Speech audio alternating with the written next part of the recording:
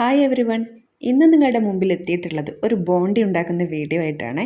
നമ്മുടെ കടയിൽ നിന്ന് വാങ്ങുന്ന അതേ ടേസ്റ്റിൽ തന്നെയാണ് ഈ ബോണ്ടിയും ഞാൻ തയ്യാറാക്കി എടുത്തിട്ടുള്ളത്. അപ്പോൾ വീഡിയോ നിങ്ങൾക്ക് ഇഷ്ടമാകുന്നുണ്ടെങ്കിൽ തീർച്ചയായിട്ടും ലൈക്ക് ചെയ്യണം. സബ്സ്ക്രൈബ് ചെയ്യാത്ത കൂട്ടുകാർ ആരെങ്കിലും ഉണ്ടെങ്കിൽ ഒന്ന് സബ്സ്ക്രൈബ് ചെയ്ത് സപ്പോർട്ട് ചെയ്യുക.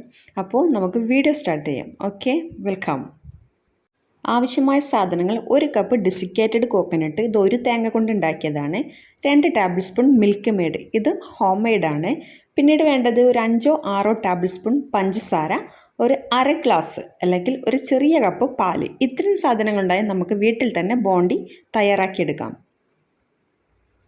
ആദ്യം തന്നെ ഞാനൊരു പാൻ അടുപ്പത്ത് വെച്ചിട്ട് ചൂടാക്കാൻ വെച്ചിട്ടുണ്ട്. അതിലേക്ക് നമ്മുടെ പാൽ ചേർത്ത് കൊടുക്കുകയാണ് ചെയ്യുന്നത്.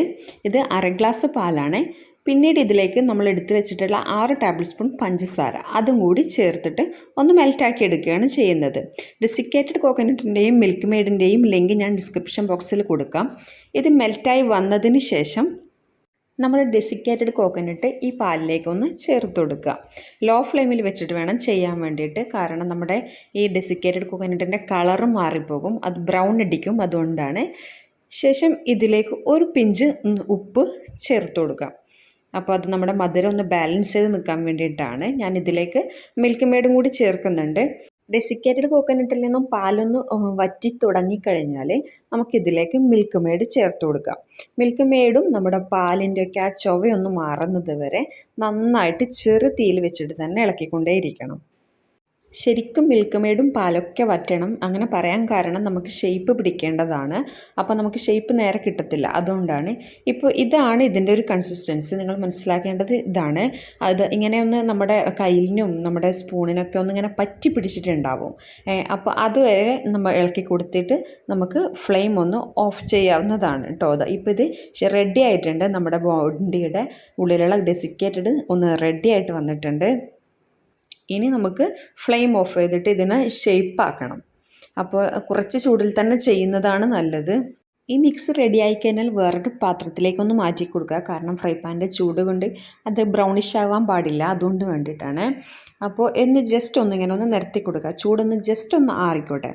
ശേഷം ഞാനൊരു പ്ലേറ്റ് ഒന്ന് എണ്ണ തടവിയിട്ട് സെറ്റാക്കി വെച്ചിട്ടുണ്ട് കേട്ടോ. ഇനി നമുക്കിതിൻ്റെ ബോണ്ടിൻ്റെ ഷേപ്പ് ആക്കിയിട്ടൊന്ന് എടുക്കണം. അപ്പോൾ ഇങ്ങനെ ഒന്ന് ഉരുള പിടിച്ചിട്ടായിട്ട് ബോണ്ടിൻ്റെ ഷേപ്പ് നമുക്ക് എല്ലാവർക്കും അറിയാവുന്നതല്ലേ. അപ്പോൾ അതേപോലെ ഒന്ന് സെറ്റാക്കിയിട്ട് എടുക്കാം. ഇത് ഒരു തേങ്ങയിൽ നിന്നുണ്ടാക്കിയ ഡെസിക്കേറ്റഡ് കോക്കനട്ട് വെച്ചിട്ടാണ് ഞാൻ ഈ ബോണ്ടി തയ്യാറാക്കുന്നത്. അപ്പോൾ ഇത് ഷേപ്പായിട്ടുണ്ട് കേട്ടോ. ഇനി നമ്മുടെ പ്ലേറ്റിലേക്കൊന്ന് വെച്ച് കൊടുക്കാം. അപ്പോൾ ബാക്കിയുള്ള മിക്സ് ഞാൻ ഇതേപോലെ തന്നെ ബോണ്ടിയുടെ ഷേപ്പാക്കിയിട്ട് മാറ്റിയെടുക്കുന്നുണ്ട്. അപ്പോൾ അതൊക്കെ ഞാൻ ചെയ്ത് വെച്ചിട്ടുണ്ട് കേട്ടോ. 12 പീസസ് എനിക്ക് കിട്ടിയിട്ടുണ്ട് കേട്ടോ. അപ്പോൾ ഒരു തേങ്ങയിൽ നമുക്ക് 12 ബോണ്ടി ഉണ്ടാക്കാം. നിങ്ങളുടെ ഷേപ്പ് ചെറുതാക്കുന്നുണ്ടെങ്കിൽ അതിൽ കൂടുതൽ നിങ്ങൾക്ക് ഉണ്ടാക്കാൻ പറ്റും. ഇനി ഇത് ഫ്രിഡ്ജിൽ ഒരു അരമണിക്കൂർ വെക്കാം.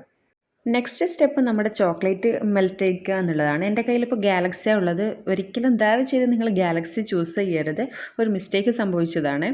അപ്പോൾ നിങ്ങളുടെ കയ്യിൽ ഡയറി മിൽക്ക് ചോക്ലേറ്റ് അത് തന്നെ വേണം. ഡയറി മിൽക്ക് നിങ്ങൾ ചൂസ് ചെയ്തോളൂ.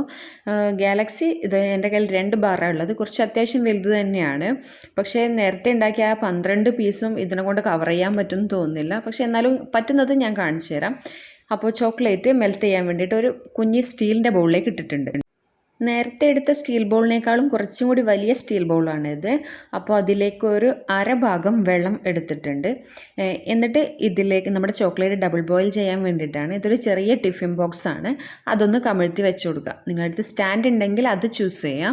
ഇല്ലാത്തവർ ഇതേപോലെ ചെയ്താൽ മതി. ശേഷം അതിൻ്റെ മുകളിലേക്ക് നമ്മുടെ ചോക്ലേറ്റ് വെച്ച് കൊടുക്കുക.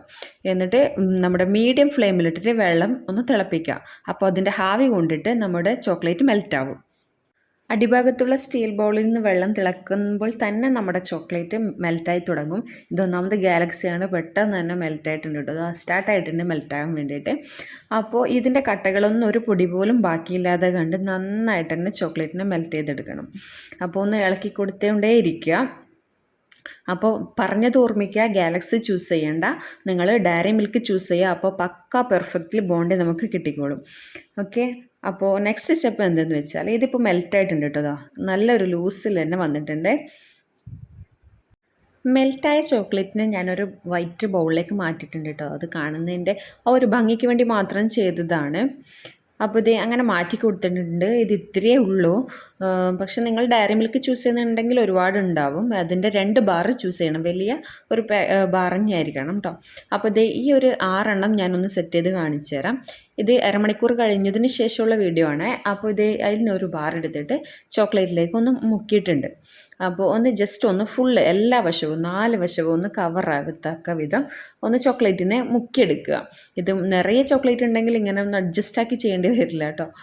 ശേഷം ഇതേപോലെ ഒരു ഫോർക്ക് കൊണ്ടൊന്ന് അടിഭാഗത്തുനിന്നേ ഒന്ന് കുത്തിയെടുക്കുക. കാരണം ഫോർക്ക് ചൂസ് ചെയ്യാൻ കാരണം അതിൻ്റെ അധികമുള്ള ചോക്ലേറ്റൊക്കെ ഫോർക്കിൻ്റെ ആ വിടവിലൂടെ ഒന്ന് താഴേക്ക് ഇറങ്ങും. അതിന് വേണ്ടിയിട്ടാണ് ഫോർക്ക് ചൂസ് ചെയ്യാൻ പറഞ്ഞത് കേട്ടോ.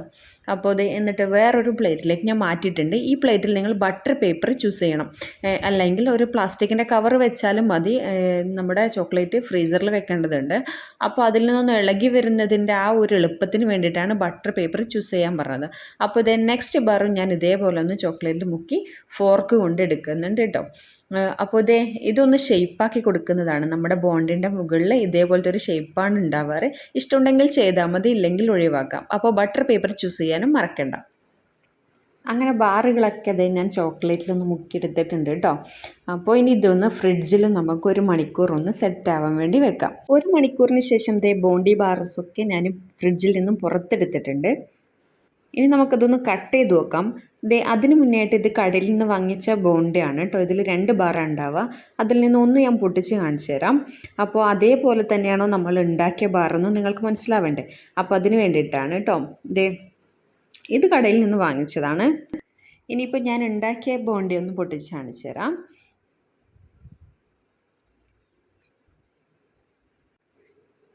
കണ്ടോ, പക്ക പെർഫെക്റ്റ് ആണ്. പക്ഷേ നിങ്ങളുടെ എൻ്റെ കയ്യിൽ ചോക്ലേറ്റ് മെൽറ്റായി കാണുന്നുണ്ടാവും. അത് ഗാലക്സി ചൂസ് ചെയ്തപ്പോൾ കിട്ടിയ പണിയാണ്. അതുകൊണ്ടാണ് ഡയറി മിൽക്ക് ചൂസ് ചെയ്യണമെന്ന് പറഞ്ഞത്. ബാക്കിയൊക്കെ പക്ക പെർഫെക്റ്റ് ആയിരുന്നു കേട്ടോ. ഗാലക്സി നമ്മുടെ ഫ്രിഡ്ജിൽ നിന്ന് പുറത്തെടുക്കേണ്ട താമസം അപ്പം മെൽറ്റാവും. ആ ചോക്ലേറ്റാണ്. പക്ഷേ എനിക്ക് ഡയറി മിൽക്ക് കിട്ടിയിട്ടില്ല. അത് വെച്ചിട്ടാണ് ഞാൻ ഗാലക്സി കൊണ്ട് ചെയ്തത് കേട്ടോ. അപ്പോൾ ഇത് കടയിൽ നിന്ന് വാങ്ങിച്ചതും അടിഭാഗത്തുള്ളതും ഞാൻ ഉണ്ടാക്കിയതുമാണ്. അപ്പോൾ മനസ്സിലായി കാണുമല്ലോ. അപ്പോൾ ഏകദേശം എല്ലാം ഒരേപോലെയാണ്. മറ്റൊരു ബോണ്ടി ബാറും കൂടി ഞാൻ പൊട്ടിച്ചുതരാം.